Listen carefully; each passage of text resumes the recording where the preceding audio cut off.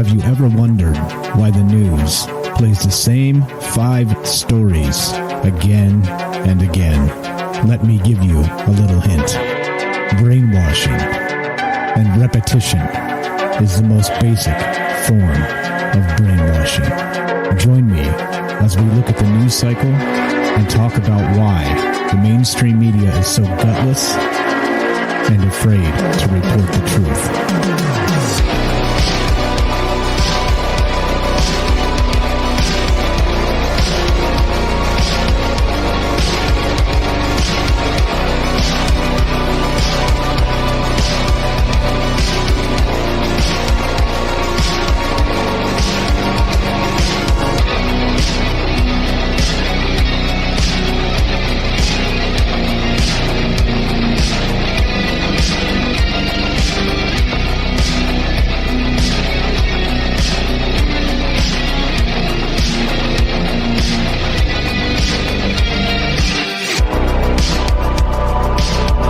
Happy Friday. What's going on? Can I hear myself? Why can I not hear myself?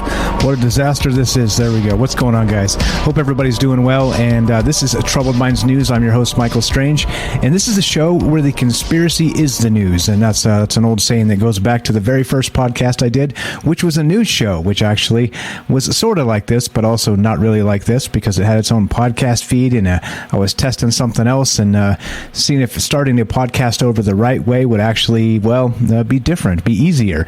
When I knew what I knew that I didn't know before when I did Troubled Minds. Anyway, ramble. It turned into, it's a lot harder than it looks. And you couldn't just start over and shoot to the top of the charts. So instead, I was like, we'll just take the news show, peel it off, and just put it as part of the Troubled Minds podcast feed. And if people don't like the news, they don't have to listen to the news. That's okay.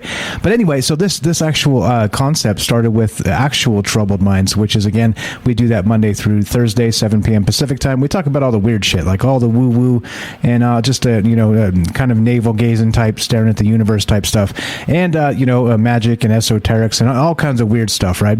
But we used to do a news segment on that show, and it was very long. It just kept getting longer and longer and longer. So at some point, it just made sense to kind of peel it off and do a news show on its own. And so here we are. So as you know, as part of the whole transparency process, I prefer that you guys know where my sources come from. So at least if it's propaganda and it's BS, you can go look and see and be like, hey, Mike, that was BS propaganda. And I'll be like, yeah, you're probably right. Because most of the stuff we look at in many cases is actually propaganda. And we're going to talk about propaganda specifically today because the elephant in the room, of course, that we didn't talk about last night is this whole Ukraine business. We'll get to that in just a sec. But before we do, in the name of transparency, we do have a phone line. If you want to give me a call and say, Mike, you're full of shit, you're welcome to 702-957-1037. And I won't get too mad. If you want to say anything other than, Mike, you're full of shit, well, that's fine too. 702-957-1037. Click the Discord link at troubledminds.org. That's the official website of this show and the other show and all the other things that I may do in the future because, well, maybe I will. Dare me, hold my beer. It's a little too early for beer, but anyway, I'm drinking coffee right now. So the thing is, that's the thing. You can also join the Discord, hop in here and come say hi. I'm on air over there, and let's do it. So let's get to the elephant in the room. All right, let's get to Ukraine. All right, now look.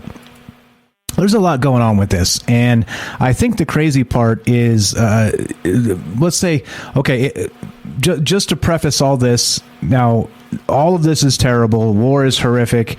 This is not a good thing. This is not a good thing. Absolutely, under no circumstances to me can you convince me this is a good thing. I'm not, I'm willing to hear you try and convince me, but my opinion is killing people is not good. All right, that's it. That's just it. And I'm probably not going to back off that stance. I'll hear other stuff, but I'm not going to change my mind on that. You're not going to make me think killing people is a good idea. Okay, not going to happen. But anyway, so I want to, before we get into this, I want to say that just because it's important to say, it's one of those things where it's like, look, this is not sport to me. This is not like, content. This is like, oh, this is spicy content. I'm so excited to talk about people people dying. You know what I mean? It's not like that. But it is one of those situations where it's been talked about heavily recently even that this is the rumblings, the beginning of World War III, right? And of course, the famous Einstein is, he doesn't know how World War III is going to go down, the famous Einstein quote, I mean, but he does know that World War IV is going to be fought with sticks and stones.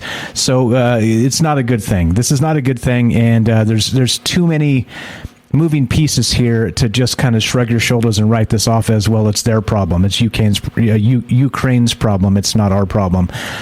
Because, of course, they're people. They're people, too. And so I just want to point that out, that it's not a good thing. You guys know this, but, again, you have to say this or else you get accused of being a Russian bot or a Putin sympathizer.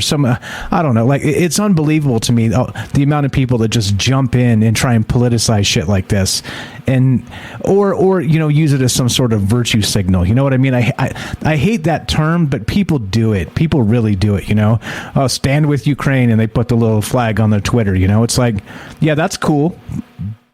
But what else? You know what I mean? Like, I don't know. You know what I mean? Like, I'm busting my butt doing this and talking about this stuff on a nightly day, 6 shows a week I do. And like I always say, nobody makes me do this. And I'm not complaining. I'm just saying, if you want to do something, do something. Like putting a little flag up on your Twitter and saying, stand with Ukraine. I'm sorry. To me, whatever. Like that's whatever. Like GTFO. Do something, right? Anything's better than just a little flag and a virtue signal. So anyway, there you go. There's my soapbox. But let's get to this. Now, I'm a fan of this individual by the name of Michael Tracy. Now, he's not right about everything, and nobody is, in my opinion. It's because life is very complicated.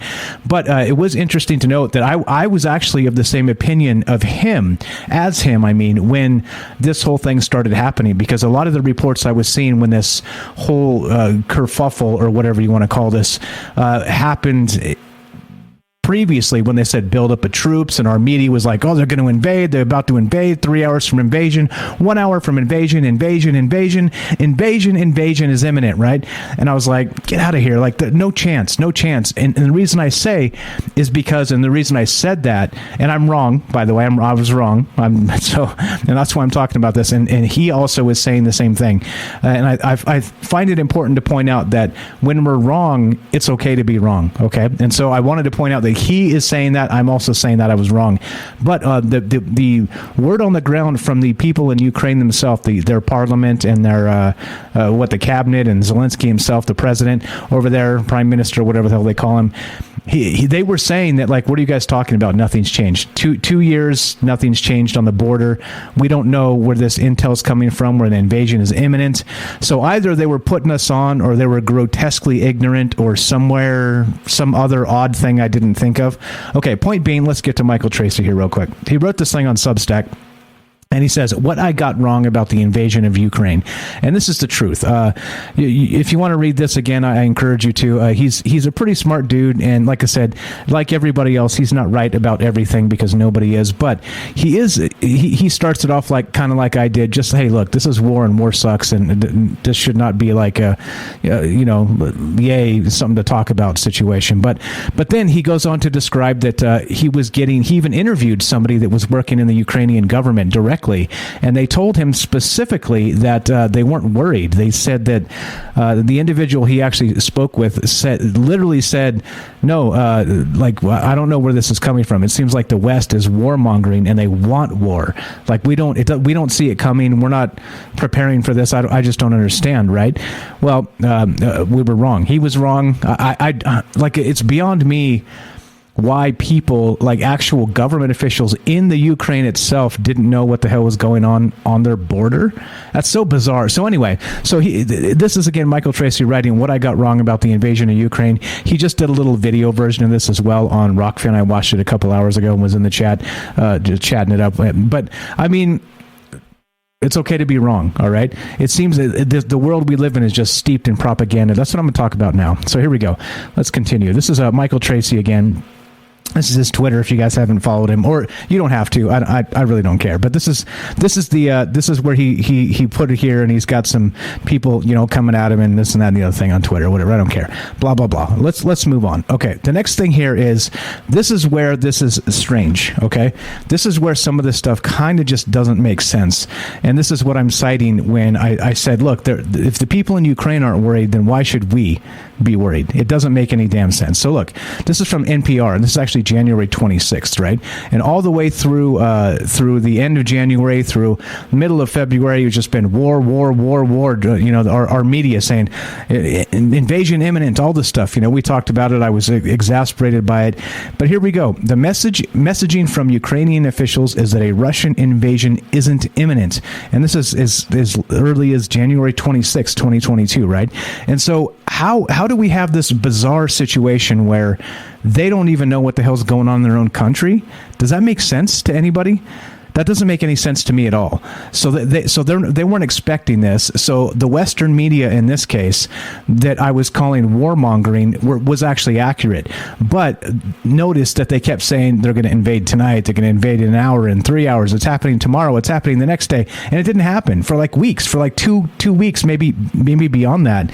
They were saying over and over and over again this was about to go down, and it didn't. And then it finally did. Okay? So again, I was wrong, and I'm not apologizing for being wrong, because in this case, the information I was going on is legitimate. I've got receipts. I've got actual look. This is some of the stuff I was citing. Not just this. There are other messages that were coming out of the Ukraine where they had no frickin' idea what was going on.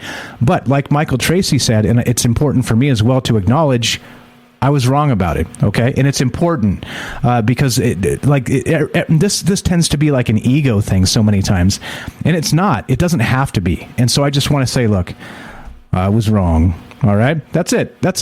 But also, I want to point out propaganda, and so it's so hard to keep track of propaganda anymore, of what's real and what's coming from what sources.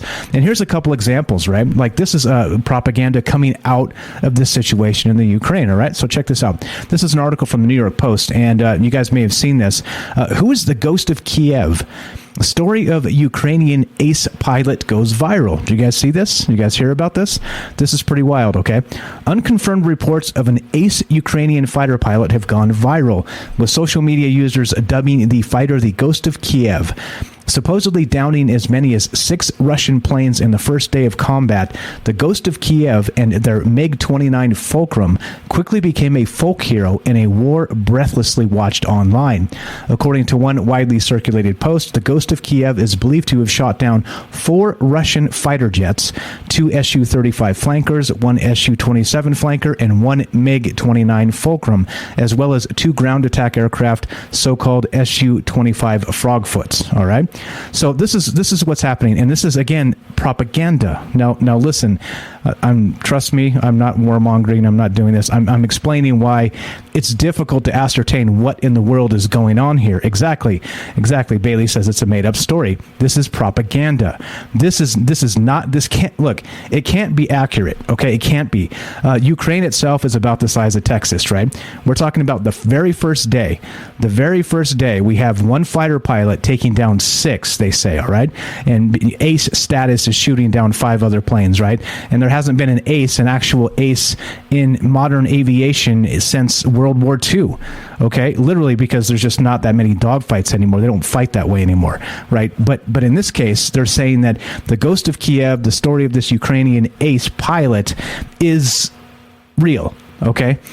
But it's extremely unlikely. Like the way these jets work, you can't fly around all day and just shoot shit down. You got to land, you got to maintenance the thing, you got to refuel. Like there's all kinds of things that have to happen here. Nobody is flying 18 hours a day in their MiG shooting down 5 things. It's damn near impossible, right? So like it seems to me that, again, this is part of the propaganda cycle. This is part of exactly what I'm talking about. It's difficult to tell anything from anything anymore just because of stuff like this. Okay, so we'll leave that there, and you guys can read the articles if you're into this stuff and want to find out more about this. But there's some speculation here going on and all the rest and blah blah blah. But I also want to point out that the propaganda is coming hot and heavy, not just in terms of like maybe inspiration for the Ukrainians, which is what that story of the Kiev ghost would be. Inspiration. Let's stand strong against. We can do this. One of us can take out 6 of their best, or whatever this is. It's propaganda for sure. But look at this. There's another one. This is from Newsweek. And speaking of propaganda, the headline is this: QAnon followers celebrate Putin's purge of Ukraine. What? Like, yeah. I'm just want to punch myself in the face because of how just horrific the news is, and like these people reporting this trash. Listen to this. QAnon followers and influencers have celebrated Vladimir Putin's invasion of Ukraine, falsely believing it is part of a battle against the deep state. Can anybody tell me how that makes any amount of sense whatsoever? So Vladimir Putin of Russia attacks the Ukraine, and it's fighting the deep state in the United States. Numerous QAnon influencers flooded their social media accounts with posts that praised the Russian president after he ordered a large-scale invasion of Ukraine on Tuesday.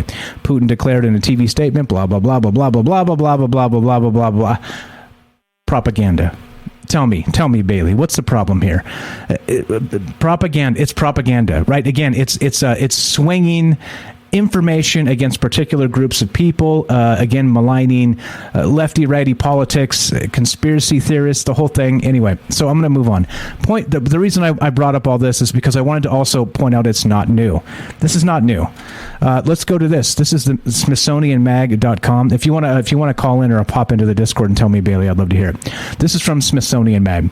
Now, propaganda, especially in war, is not new. Check this out. A World War II propaganda campaign popularized the myth that carrots help you see in the dark. You guys remember this one? If you don't know this one, well, they say that, carrots are good for your eyesight, right? I'm sure you've heard this.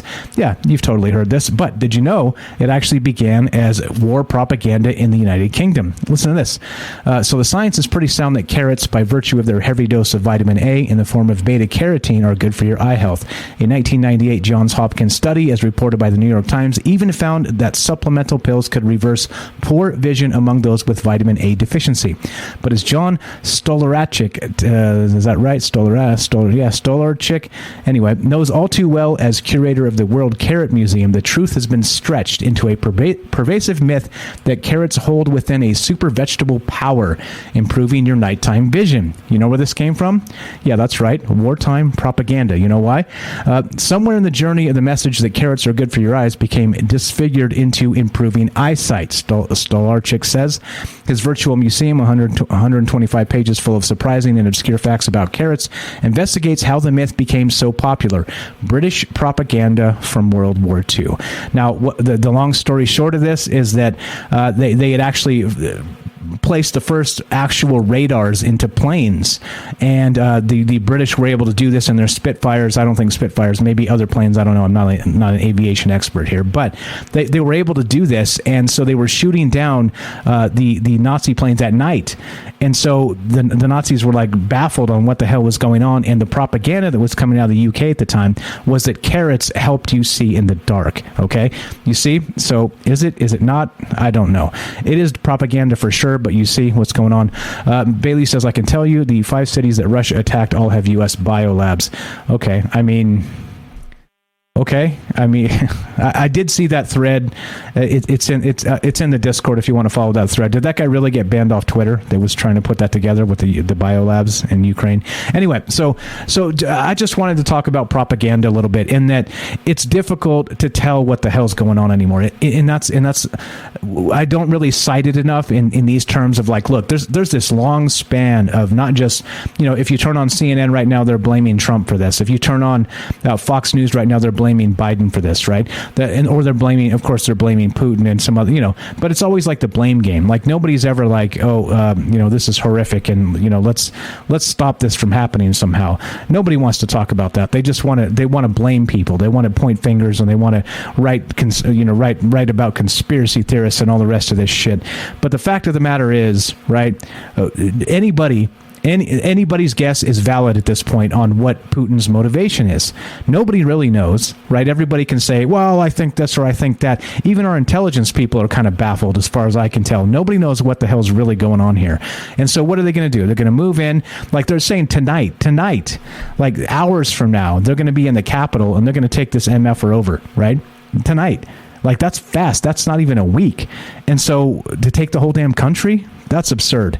So I don't know. What do you believe? What does anybody believe anymore? And that's why I just want to point this out, that this idea of propaganda goes back a long ways. And there are many, I could do hours and hours and hours just on propaganda, all right, just on the different propaganda, everything, especially in times of war, or election seasons, right? Especially election seasons, election years. So anyway, we're going to take a quick break. You're listening to Troubled Minds News. I'm your host, Michael Strange.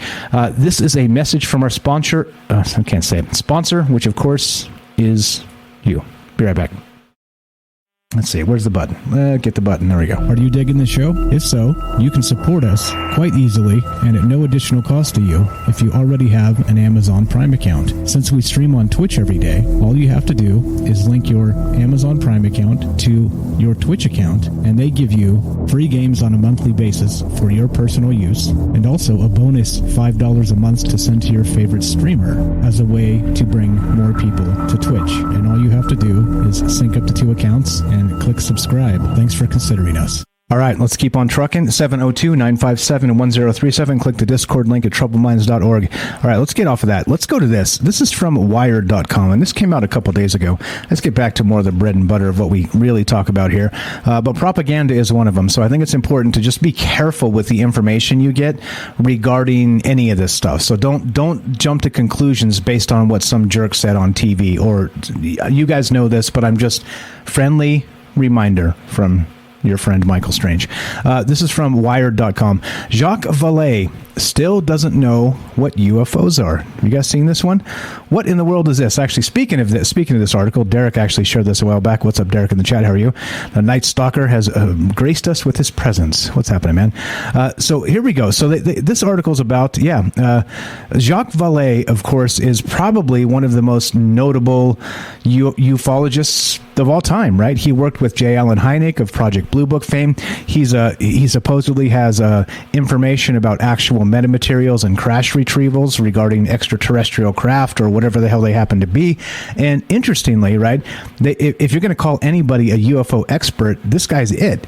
And like we always talk about on Troubled Minds about the idea of what the hell are these things anyway? We don't even know what the hell this stuff is. But interestingly, this guy in particular, he has no idea what they are either. And he's the expert, right? This is the craziest part. What's up, Robert? I see you there. Thanks for the subscription. 15-month streak. Thank you very much for that. Appreciate that. So there we go. As usual, right? These guys, they can't just write anything to the point. So Wired has to write this long and rambly article about all this stuff. Jacques Vallée has written 12 books on what he and others call the phenomenon, the range of surreal experiences that includes UFO encounters. He considers the work a hobby and shrinks from the pseudo-archaeologists, credentialed grifters, and conspiracy bros who tend to populate the field. Conspiracy bros unite, right? Let's see. There are. Let's see. Well, I don't know my French. What's that? Buco de bozos. What the hell is that? I'm more of a Spanish guy. In this, anyway, in this clown car, and Vallée is a cautious driver. As he sees it, the phenomenon represents both a scientific and a social frontier. When you study it, you must harness numbers, databases, pattern hunting algorithms, but you must also have an ethnographic streak, an interest on how culture molds understanding. You have to endeavor, in other words, to weigh both hard and soft data despite the modern scenario, quote, where the physics department is at one end of the campus and the psychology department at the other end. Vallet's papers, entrusted to Rice University, will ultimately include files on some 500 anomalous events he has personally investigated, from the abduction of Betty and Barney Hill on U.S. Route 3 to a landing that paralyzed a farmer and Provencal lavender crop. Anyway, I think that's Brazil. Yet he likes to joke that he's the only ufologist who does not know what UFOs are. And so, interestingly, we have this idea of, what is that? Like, what is this? The phenomenon. It's interesting how it's morphed, right? The entire thing is morphed from UFOs, nuts and bolts, unidentified flying object, to UAP, which is unidentified aerial phenomenon, meaning that it could not be objects at all. I've talked at length on Troubled Minds about how this could be plasma radar spoofing and some other things, that we have the technology to create these phantom images in the air, all right? But if we're talking in terms of, like we've talked, including not just maybe the elemental angle of this, or maybe nature spirits, or who the hell knows what's really going on up there in the skies and what we're seeing. People see orbs and these paranormal aspects of, the rest of this type of stuff. Well, this guy doesn't know what the hell's going on either. So over 500 accounts, like, he's gone and investigated himself.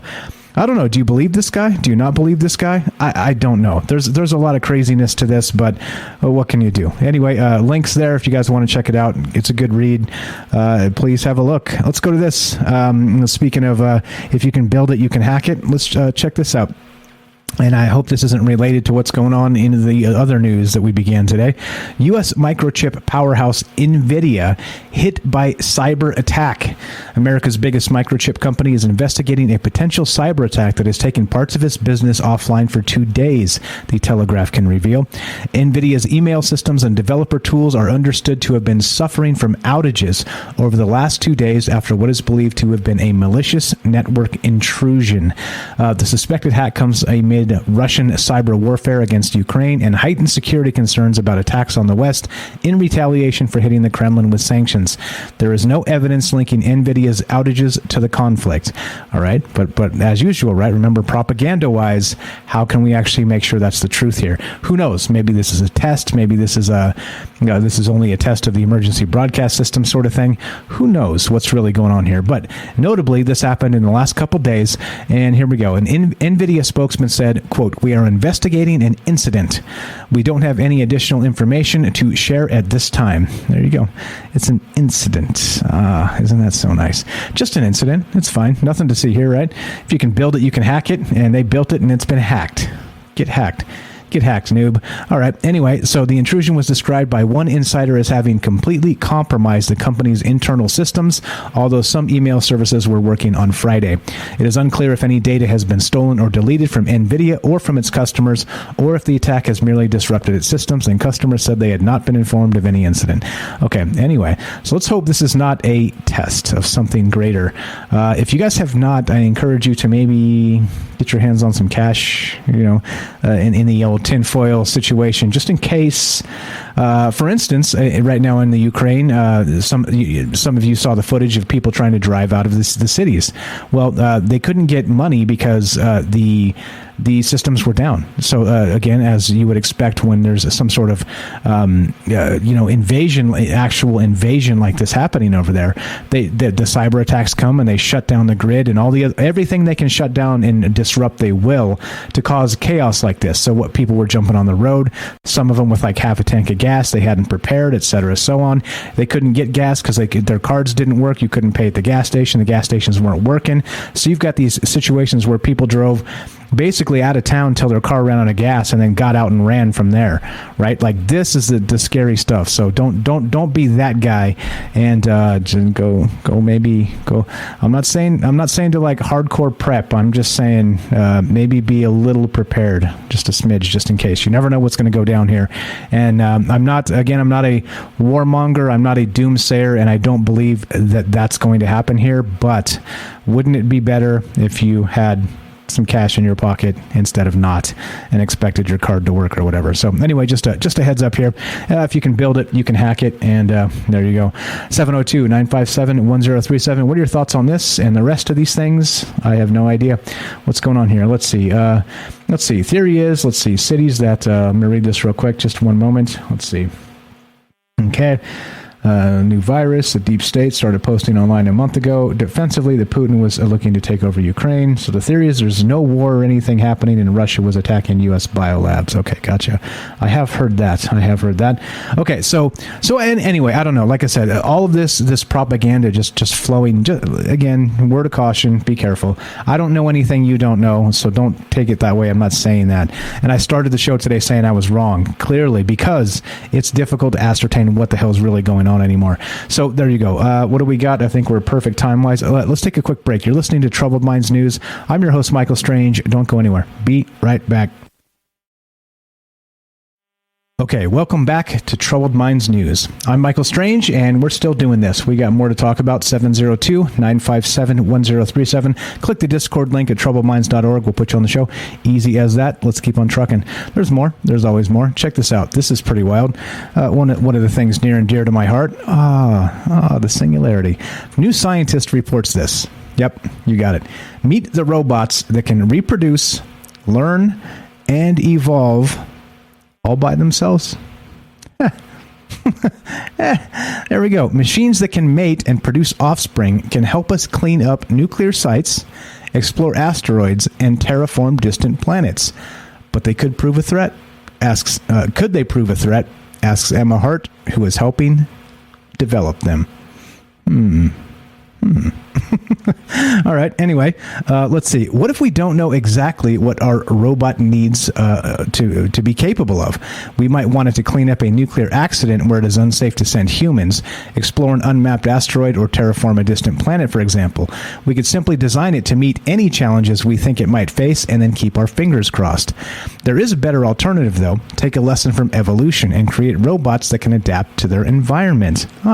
It sounds far-fetched, but that is exactly what my colleagues and I are working on a project called Autonomous Robot Evolution, or ARE. This is written by Emma Hart.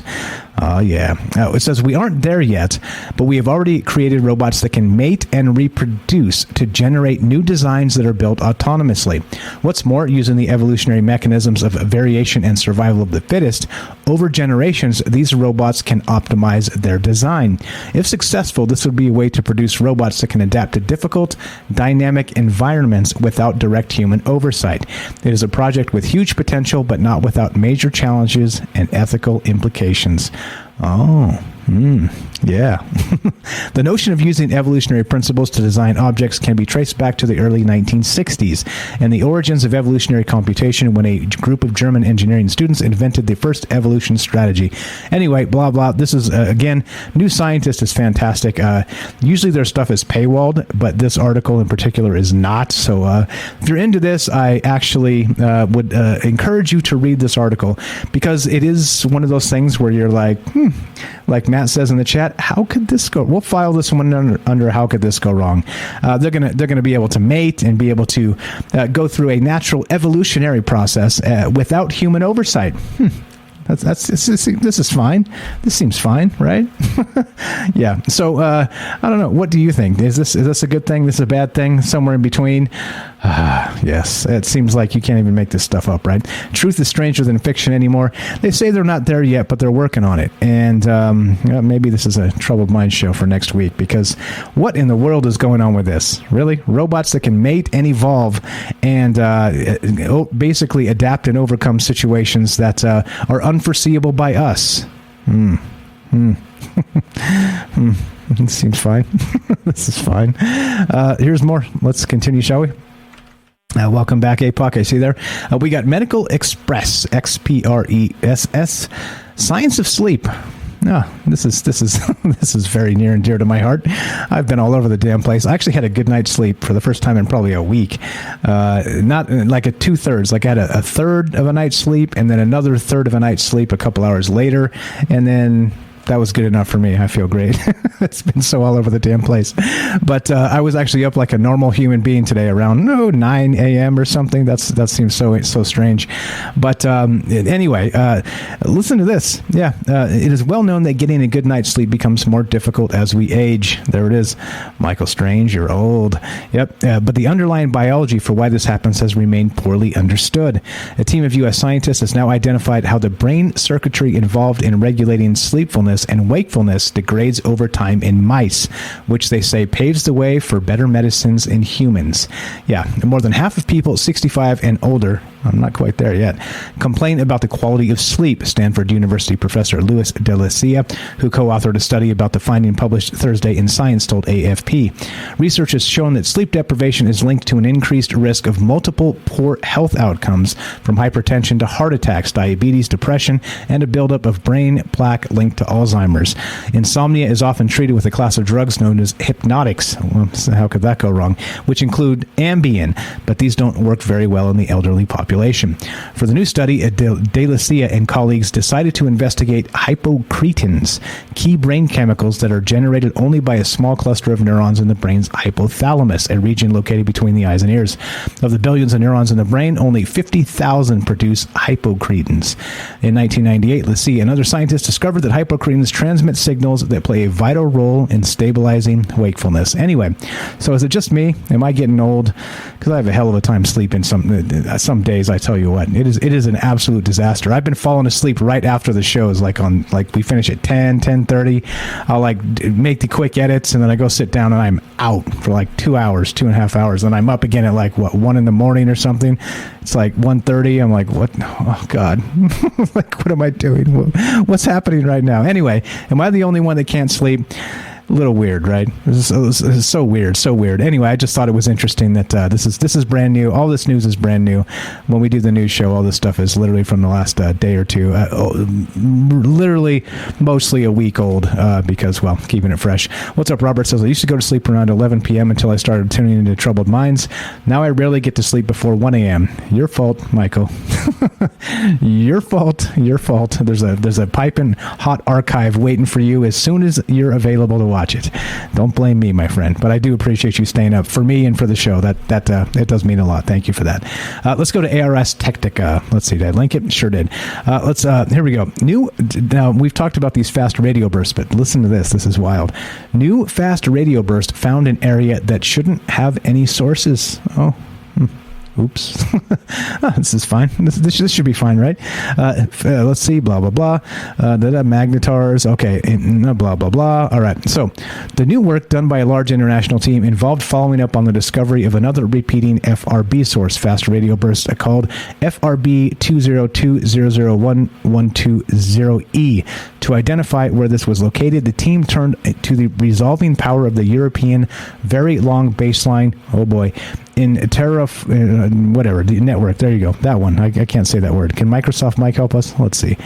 Give me a second. I'll drink some coffee. If Microsoft Mike can say this big word, I will have a grateful Friday. Let's see. Let's try this.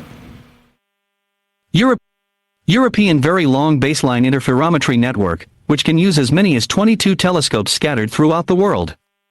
The team managed to get enough of those telescopes pointed at the repeating source to image 5 individual FRBs. I can't say it anyway. Whatever. He said it. You heard it. You heard it here first from Microsoft Mike.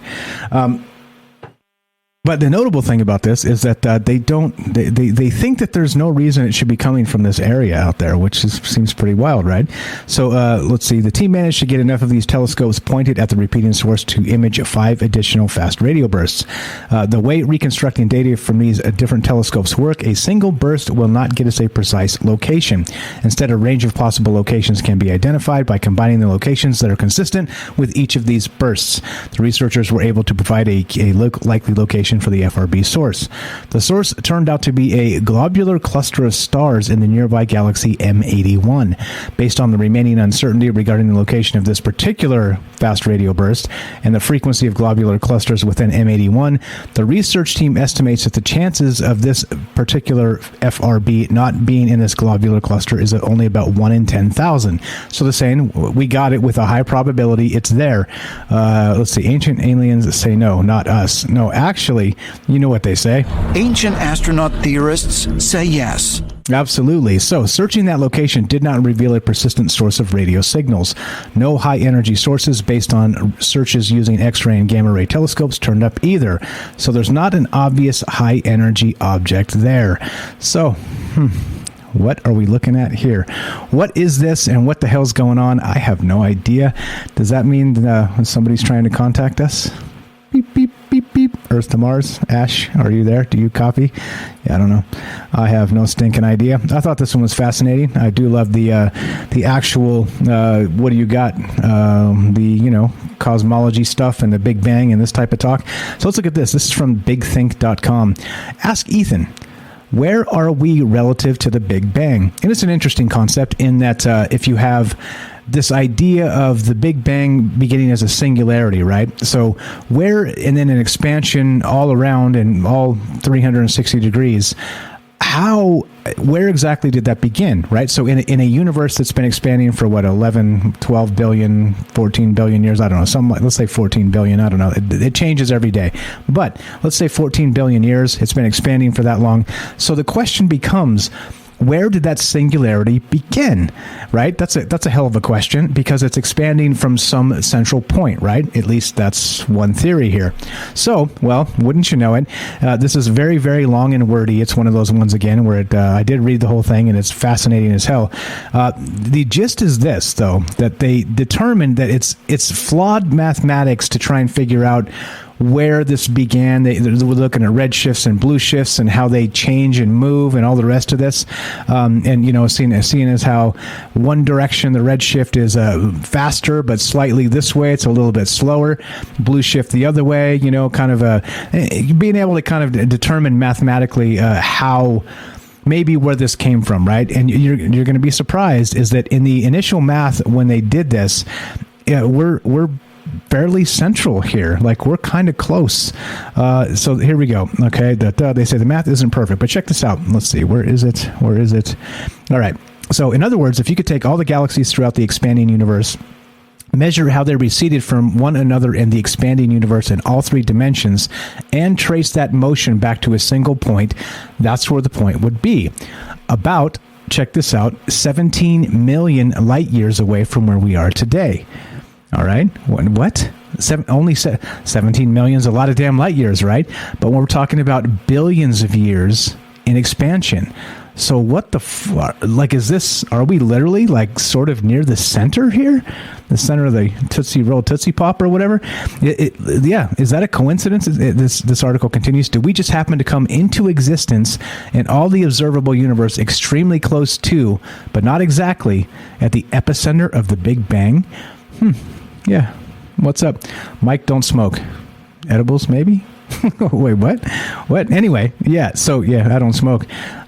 Anyway, here's a concept. I'll give full screen this because I thought this was fantastic. They're talking about dough and rising dough and raisins inside the dough and sort of using them as these raisins inside our galaxies and seeing how the math isn't as clear and simple as this seems to be. But this is just one representation of why you kind of can't just simply extrapolate distances and redshift and blue shift and decide that we're at the center of the Tootsie Roll Tootsie Pop, which doesn't make any damn sense to me. Because, well, anyway, it is long. It is a very scientific read. There's lots of good figures and things here to look at. And, there you go. To make you fall asleep. I see. I see. Yeah. That's usually why I'll just smash 6 beers. The 7th-ish will put me into and then I lay down and I'm out. That's the best way for me to fall asleep. Not the healthiest way, but it definitely works. try not to do that too often because you end up with another problem. So, all right. So what are your thoughts on this? 702-957-1037. That's 702-957-1037. Click the Discord link at troubleminds.org. By the way, I had some guy in, what's up? Shout out to you, homie. I forget your name. The YouTube comment saying that he fast forwards over all the callers on Troubled Minds. And I'm like, what? Like, really? You'd rather listen to me ramble incoherently than like brilliant people call? He was like, shout out to you. Thanks for listening. He says he's the only listener, I think, is it Turkey? He said, anyway, it's in the YouTube comments. But he said, please don't try and get people to call into the news show. I just want to hear you, Mike. And that's super nice. But I mean, the people that call are smarter than me. I don't know. I think it's kind of funny. So thank you. Shout out to listening out there. And I think it's Turkey. Anyway, told you we got people listening all over the world. Pretty amazing. So I don't know. What do you think about the Big Bang being, alcohol disrupts healthy sleep? Well, probably. There's a lot of things that disrupt a lot of things in this life, aren't there? Yeah, I think so. I definitely think so. Let's go here. Let's go to npr.org, my most trusted source in American propaganda. And look at this. This is, where are we at time-wise? I think everything's fine. Perfect. Here we go. Let's look at this. We'll take a quick break and finish up with the final news segment. Woman found chained in Chinese village is victim of trafficking, authorities say. Yeah, here we go. A woman found chained by her neck in a small Chinese village was trafficked, according to authorities, following weeks of public intrigue over her case. Now, I've been following this kind of in the periphery as it's developed. The long story short is that these people were traveling around, sort of they go to these different villages in China, and they just take video of areas they think people may be trafficked and things like this, and trying to expose the thing. And this is right here. So Chinese authorities acknowledged this week that the woman who they said was named Ji Hua Mei has been sold at least 3 times, the first time when she was 20 years old. And she was discovered after being filmed in a TikTok video. A man claiming to be her husband said she was mentally ill. They have 8 children together, which of course is unusual in a country with strict birth control laws still limiting couples to 3 children. When her case exploded on social media, local authorities at first denied she was trafficked. Public interest in her case is so high that authorities have fenced off her entire village to prevent journalists from entering. This week, a provincial investigation team confirmed the woman, aged 44, to be from a remote mountainous region in the southwest province of Yunnan. Now, the crazy thing about this is that it went viral on I can't remember the Chinese social media network where this went viral, but it did, and it was one of those situations where people are like, well, why is this woman chained up? What's going on? And then her husband, right, which clearly seems to have purchased this woman. I don't know. This is wild stuff. And now they fenced off the village to keep people out. And this is here's your proof that one proof anyway of many that there are this trafficking of people exists. It's still not here, yes, here and everywhere. So I don't know. Just one of those things. Just I want to point this out if you guys hadn't seen this. It was went super viral, this TikTok video. It's crazy how TikTok can, maybe do some good things too. But anyway, so what are your thoughts on this or any of the rest of this? 702-957-1037. Let's get one more word from our sponsor, which of course is you. Be right back. Are you digging the show? If so, you can support us quite easily and at no additional cost to you if you already have an Amazon Prime account. Since we stream on Twitch every day, all you have to do is link your Amazon Prime account to your Twitch account, and they give you free games on a monthly basis for your personal use, and also a bonus $5 a month to send to your favorite streamer as a way to bring more people to Twitch. And all you have to do is sync up to 2 accounts and click subscribe. Thanks for considering us. All right, let us continue, shall we? Let's go to the New York Post. More good piping hot propaganda. Love it. Let's this is pretty cool and interesting and fun. Archaeologists say they finally solved the mystery surrounding King Tut's space dagger. Space. That's like sharks with laser beams. The space dagger. Let's read some of this. This is interesting. Archaeologists have finally solved a mystery surrounding a dagger that belonged to King Tut 3,400 years ago. A fresh analysis of the weapon discovered in the pharaoh's tomb in 1922 reveals that it was forged from a meteorite outside of Egypt.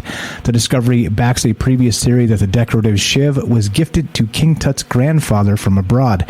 The artifact's origins and the way it was manufactured remain one of the great mysteries surrounding Tut's grave goods. It's unusual in that it was made using a metal that the Egyptians would not begin to smelt for another 500 years. You got it? Iron. Actual iron. And actual iron before the Iron Age. How hot is that?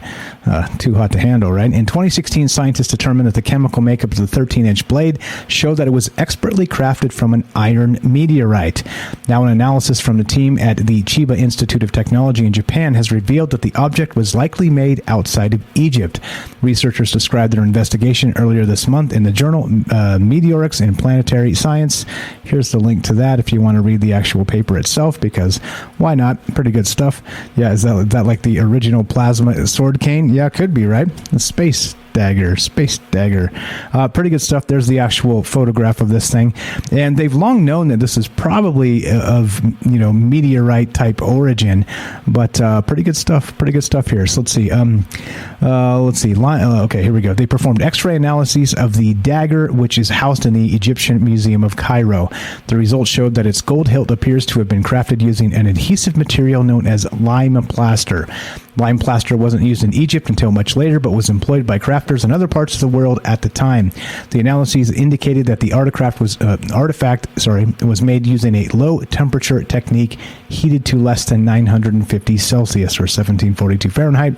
The researchers say this hints at its foreign origin, possibly from Mitanni, Anatolia.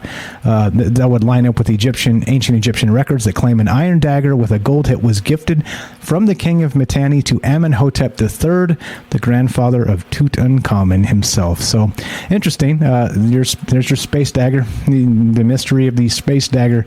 Yeah. What's up, Rohan? Says space daggers is what farmers give leaving UFOs. Come back here. Daisy needs... Hey, easy, buddy. I'm not going to say that word. It'll trigger us for all kinds of crazy stuff. Oops, I guess we just changed our background. All right, so let's keep on trucking. There's that paper. What else do we got?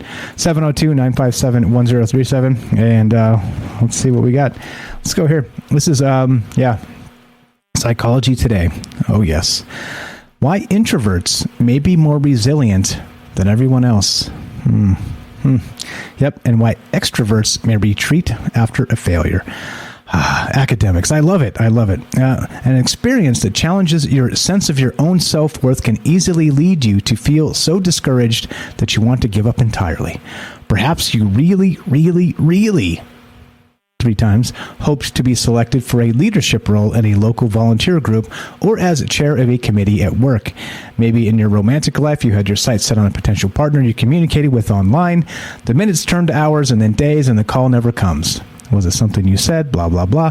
According to AIX Marseille University's Jean-Baptiste Pavani and colleagues, there are 2 approaches to understanding the ways that people respond to such disappointing outcomes, a process known as self-regulation. The social cognitive perspective emphasizes self-efficacy and your belief in your ability to obtain a specific goal. Like the mighty Rohan says, I like to do my own magic. Thank you very much.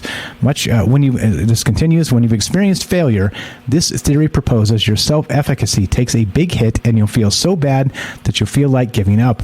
Alternatively, in what's called the cybernetic control theory, failure will actually inspire you to persist even harder to achieve your desired goals.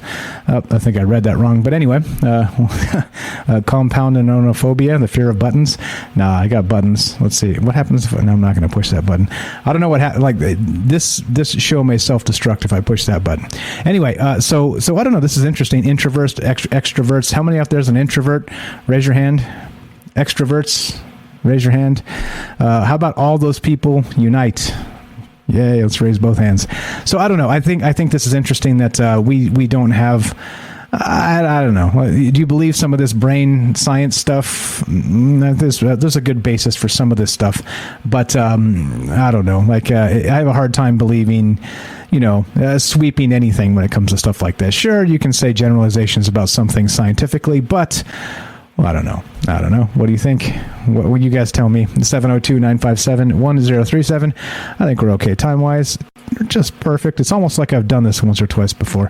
Here we go. Let's continue, shall we? Extroverts, introverts, unite. Boingboing.net. Yeah, let's go to boingboing.net. That's super hot. Mars Perseverance rover captured this image of a metal drill bit, lying on the planet's surface. Oh, that's weird. Wait, what? I'm going to say that again. Mars Perseverance rover captured this image of a metal drill bit lying on the planet's surface. Yep.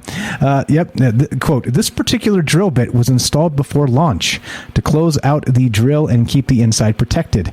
To keep my science clean and clear, I'm leaving it aside before I start to collect samples with new pristine drill bits. Oh, I see.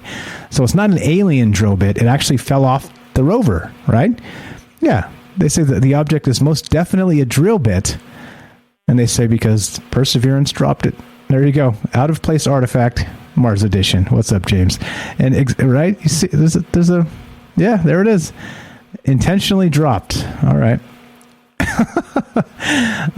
This is okay. So this seems interesting, right? Because it's like, oh well, that's cool. I guess the thing dropped it. That's fine. We've got an explanation here, right? But you want some really, really super wild shit? All right. So that's one thing where you're looking at this and you're looking at Mars and you're going, a drill bit on Mars? WTF? Are you kidding me? But then check this out. It gets crazier. I'm going to skip this one. We'll do this one last, and let's do this one. Let's go here. So this is from mars.nasa.gov. And so you say, come on, Mike, don't be stupid. There's no chance that's an alien drill bit up there. The rover dropped it. Come on, don't be stupid, Mike. All right. Oh, yeah? Watch this. This is an actual photograph from NASA on Mars. Look at this freaking thing. The Sol 3396. Mars Hand Lens Imager. Now, if you can see the photograph on the screen, guys, what exactly is this? Is this a rock? Okay, it's shaped like, almost like a fruit or a sprout or something growing out of the ground, right? You guys see this? Are you seeing what I'm seeing? I'm going to link this. It's actually linked in the chat there. NASA's Mars rover Curiosity acquired this image using its Mars Hand Lens Imager, located on the turret at the end of the rover's robotic arm on February 24th, 2022. When this image was obtained, the focus motor mount count position was 14625. This number indicates the internal blah blah. It's boring. There's nothing in here other than like the specifics of what the camera, right? But look at the photograph of this. Am I wrong in saying this looks super organic? Like, is this actually something that could be, I don't know, like wind and dust and non-organics creating this? It almost looks like alien life somehow. I mean, a frozen water spout. I don't know. I don't like I said, lest you say, Michael Strange, you're insane for considering that may be an alien drill bit. What the hell is this? It certainly looks like, what, 1, 2, 3, 4, 5, 6, 7, 8, 9, 8 or 9 like arms on this thing. It looks like some sort of sprout, like it's grown out of the ground on Mars, and it's covered in dirt, almost like a petrified ancient something, right? Like a I don't know. Is this an organic geological process? So I don't know. You tell me. Pretty wild stuff. I think there's something to be said for what's happening actually on Mars. Yeah, baby Cthulhu, right? There it is, growing right out of the ground on Mars. And so, interestingly, notably, there's no like explanation in this thing here of what this actually is. It's just it's a picture, and then it's like tells you about the camera settings of when this was taken. It looks like a plant, right? It totally looks like a plant that's like maybe petrified, covered in dust or something. Yeah. I don't know. Is this like, think about it in terms of, is there anything on Earth that grows like this, sort of just in a geological sense, meaning this is just a rock, right? Some sort of like a dust and water situation creating this, right? Maybe frozen or something. I don't know.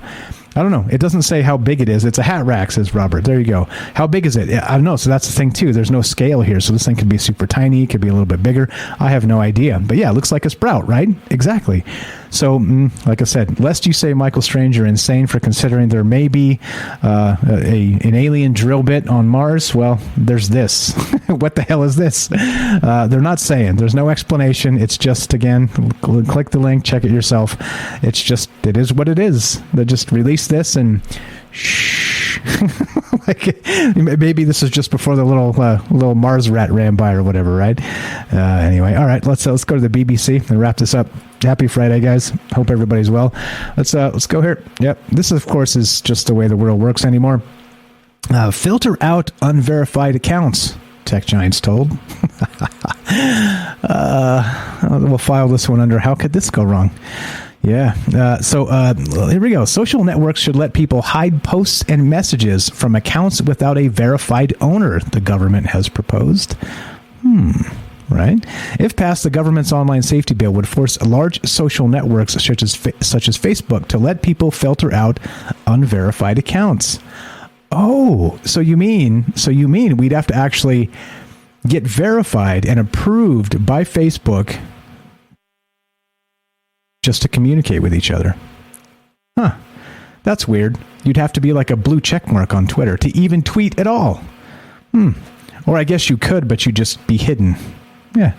Let's file this under how could this go wrong? Yeah, the government's proposed online safety laws could see social networks fined 10% of their global turnover if they fail to tackle harmful content. The bill also covers the posting of so-called revenge porn, human trafficking, online extremism, and promoting suicide online. All terrible things. The Department for Digital, Culture, Media, and Sports highlighted the racist abuse of England's Euro 2020 footballers as an example of online trolling. Well, there you go. Interesting. While the proposed law would not stop people making anonymous accounts and posting abuse, social networks would be forced to give their users the option to opt out of seeing any posts from unverified accounts. Yeah, that makes perfect sense, right? Like, how could this go wrong? So basically, not only are we, Canada trucker style, able to freeze your bank account for your political views, or take your truck or any of the rest of this, then, if you want to communicate with your peers as part of one of the unwashed, non-blue check verified, useless eaters, then you can't, because you're going to be just filtered out. And so you see what's happening here. Yes. Yeah. Man, it's messed up. Twitch will only play commercials ads with no problem, but won't let me stream this broadcast at all. Really? Is it broken? I'm sorry about that.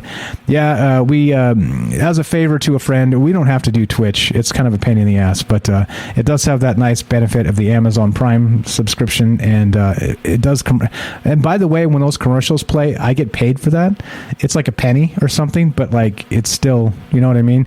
And I know it's a pain in the ass. I'm sorry about that. I think if you do sub up to the channel, do you have Amazon Prime? That helps. I think you don't get those ads. Anyway, sorry about that. I don't actually insert those; they just happen. Anyway, so here we go. The DCMS acknowledged that people use anonymous accounts for a variety of reasons, including whistleblowing, exploring their sexuality, or sharing their experience in an authoritarian company. Oh, that's cool. However, it said users should be given tools to control who can interact with them. In addition, social networks would also be required to let people filter out legal but harmful content. The arbiters of truth. I love it. The thought police. They're coming. They're coming. What's up, Gani? Says, meanwhile, in the belly of the beast, Santa Clara County will be ending its mask mandate March 3rd. Oh, yeah. 2 years. 2 years. 2 years to flatten the curve. 2 years to flatten the curve. You can't even make this shit up. Clown world. Dude, I restarted the app, reset the phone, reset the router. Sorry about that. This will, I'll cut this over to YouTube, and I'll give you a link if you want to watch it in its entirety. It'll be up tonight, okay? Just to let you know. And And there you go. So I'll send you the link, Dre, if you want to watch this later on at your leisure. Because what happens is from here, we export it over to YouTube, and then that's probably a better way to watch it without the ad intrusions. Again, sorry about that. Okay, so anyway, we're done. Other than, well, asparagus on Mars and World War III on the verge. Yeah, I'll send you the link. Later, probably give me like an hour or so, and I'll send you the link. Yeah, so if you're subbed up on Twitch, I think you don't hear ads. Can anybody verify that? James there, do you hear ads when you log in? It says he's been subbed up to the channel here for 7 months. Thank you, James. I don't know. Do ad blocks stop it? I have no idea.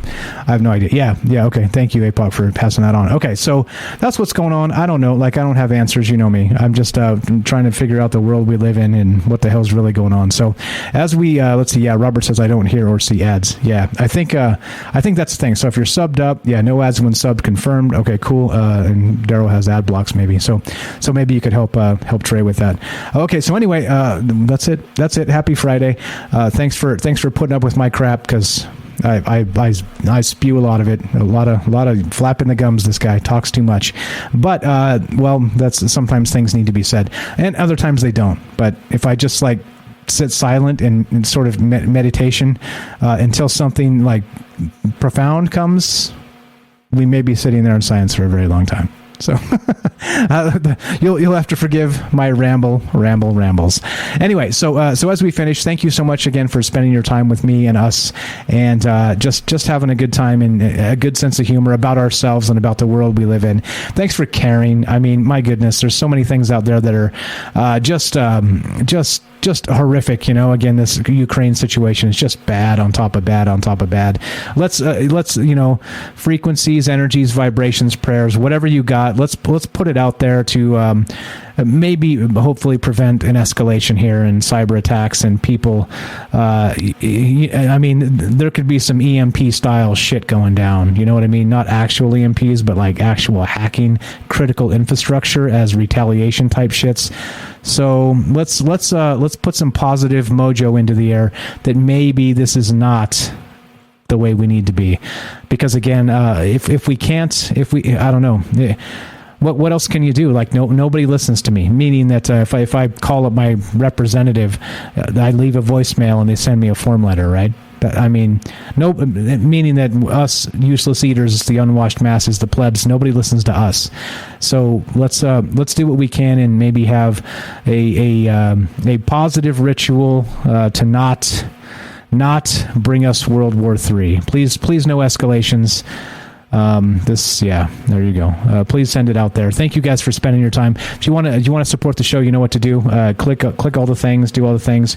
Share the show the old-fashioned way. You know how this goes. Word of mouth can beat the algorithm still, and that's what's happening here. And you can sub up to Twitch again. I've said a couple times today in those commercials. No additional cost with Amazon Prime. Sends me exactly $2.49 per month if you do that. Like I said, it's not very much, but it does add up. I save that money. It's going to go to improving all of this, whatever that means, additional things, whatever, to make this better. So anyway, and that way. There's Patreon, which more Patreon content is on the way. Sorry about that. I've been slacking. Lots and lots of work for all this other stuff. It's hard to keep up sometimes. And you could also sub up at Rockfin, which, by the way, again, I was watching Michael Tracy, his stream earlier. Abby Martin's on there. So many other great people on Rockfin. Sam Tripoli. So if you sub up to actual Troubled Minds on Rockfin, you get all of the Rockfin, all of the premium stuff. So it's a super good value, and it's better than TV. It's better than the propaganda you see there, because I'm not going to say it's clean of propaganda, but it's definitely people thinking for themselves outside of the corporate dollar world, if you know what I mean. So there you go. That's what's up. Thanks for bearing with me. Thanks for putting up with my crap. And thanks for being you. Thanks for spending your time and energy. Please send the positive mojo into the air. We don't need another big war. This is not good. So there it is. So thank you so much. Promise I'm not running for office. And We're going to keep doing this. We're going to keep talking about this. Yes, no censorship on Rockfin as well. That's the best part. That is the best part. And it's on a blockchain, crypto, and all the rest of that shit. Robert, I actually found a fascinating thread on Twitter discussing the cost of the RAE token on Rockfin and how the growth seems to be an exponential type of growth based on when it started and where it's going. They actually predict like a 100x in the next 5 years or so of that token. So anyway, I'll send you that if you're interested. And let's get the hell out of here. Thanks for hanging out. Thanks for being here. Michael Strange out. You guys have a great weekend. We'll see you on Monday for more Troubled Minds on Monday at approximately 3 p.m. Pacific. And we'll have Troubled Minds on Monday as well at 7 p.m. More crazy stuff. Have a great one, guys. I am out. See you later on.